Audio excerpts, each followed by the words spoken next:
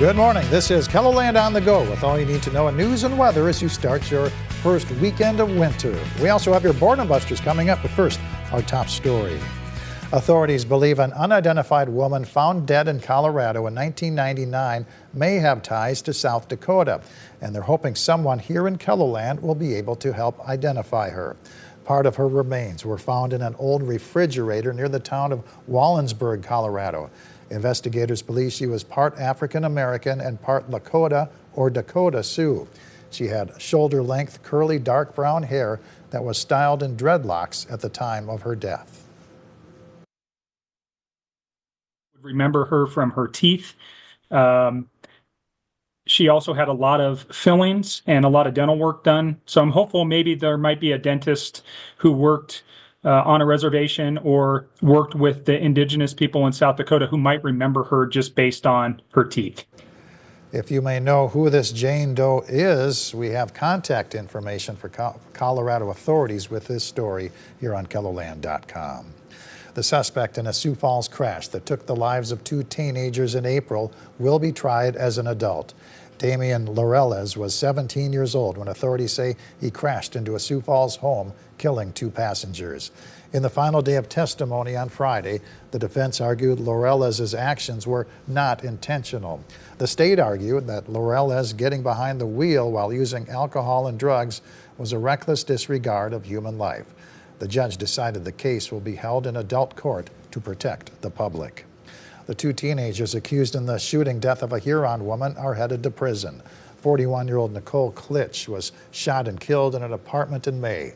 This week, a judge sentenced both Rihanna Caban and Michael Lee to 25 years in prison. In June, authorities said the girl and boy were 15 years old. According to the victim's obituary, Caban was her daughter. Both teens pleaded guilty to one count of first-degree murder in October.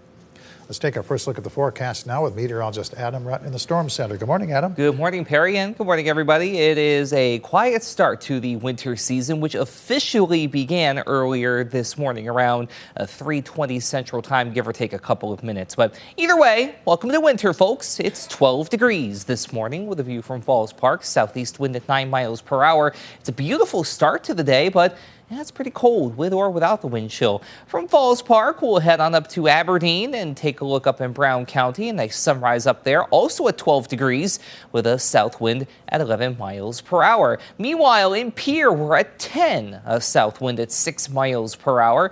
And we're also generally calm out to the west, though we are milder.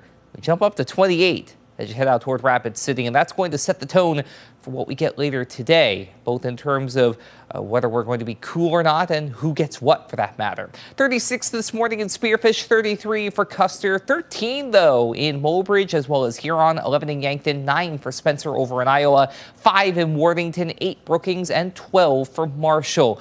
Winds are not a huge factor on their own at 5 to 15 miles per hour, but where we do have those air temperatures in the single digits and teens, we have wind chills around, if not below zero. It feels like it's 0 this morning for Pierre, Mitchell, and Sioux Falls. -6 Worthington and Brookings, a wind chill of -2 in Aberdeen, -4 in Watertown.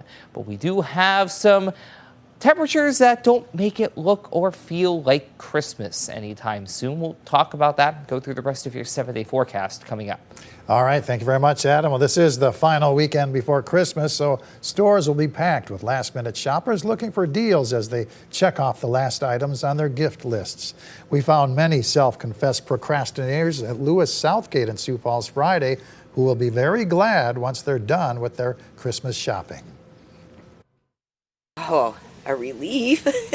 It's stressing, but yeah, to know it's all done and I have everything I've needed and wanted. Lists are checked off and wrapped under the tree. Many stores are offering discounts on their Christmas merchandise to move them off the shelves. Lewis even offered their remaining supply of fresh-cut Christmas trees for free on Friday.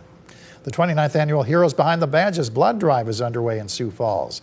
The event is a friendly competition between the Sioux Falls Police Department and Fire Rescue to see who can earn the most votes among blood donors. The executive director of the Community Blood Bank says more than just bragging rights are up for grabs. Each has a charity is Children's Police Department is the Olympics. At the end of this event, the monies to give to the losing team will also receive money to make the donation. The heroes behind the Badges Blood Drive. Forth, we've asked on when and under this story on KELOLAND.com. Extended holiday hours are now in effect at Great Bear Ski Valley in Sioux Falls. Skiers and snowboarders can hit the slopes from 9 a.m. to 9 p.m. The tubing hill is open for the first time this season from 9 a.m. to 8:30 p.m. Kids can tell Santa Claus their wish list and take photos from 10 a.m. to 4 p.m. in the third floor lobby of the Washington Pavilion. Santa will be taking a lunch break from 1 to 1:30 p.m.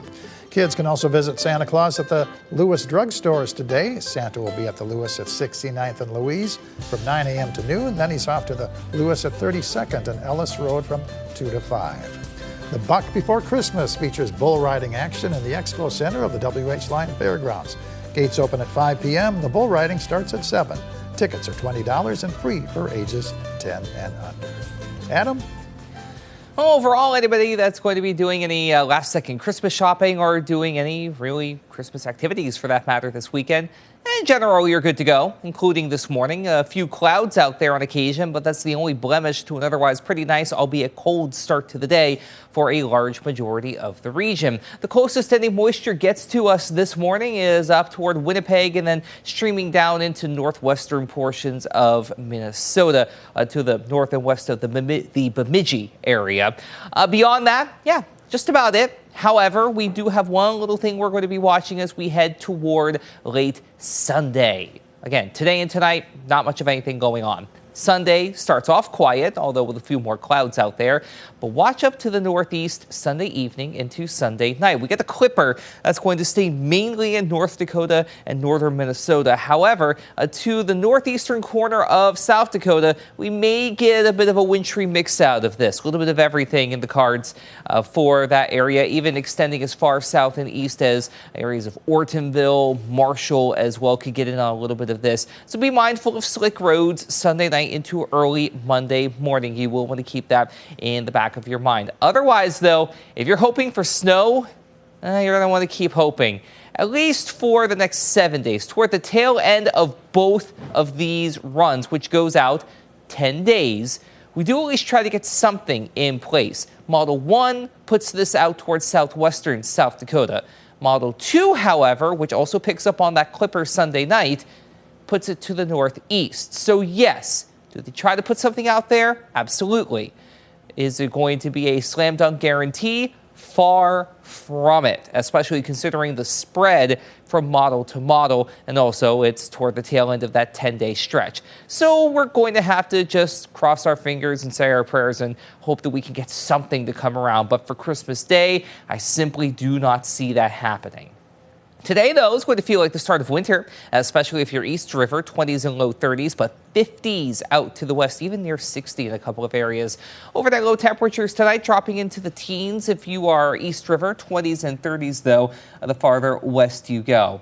For your day on Sunday, we do try to warm up a little bit more to the east. 30s, a few 40s out there, 40s and 50s, though, again, holding if you are West River. Then overnight Sunday, we have that little clipper that's going to try and brush northeastern portions of KELOLAND. The rest of your 7-day forecast is overall very quiet, progressively warmer as well. 40 by Christmas Day in Sioux Falls, and even getting a little bit warmer than that beyond it, and headed toward the final weekend of 2024. Hard to believe we're even saying that. In Aberdeen, 24 today, 32 with that evening and overnight mix possible. And then as we head toward Christmas Day, we warm up. 39 on Wednesday, 40 though by Friday. In Pierre, 37 today, 40s by Christmas Eve and Christmas Day, both at 45 for that matter.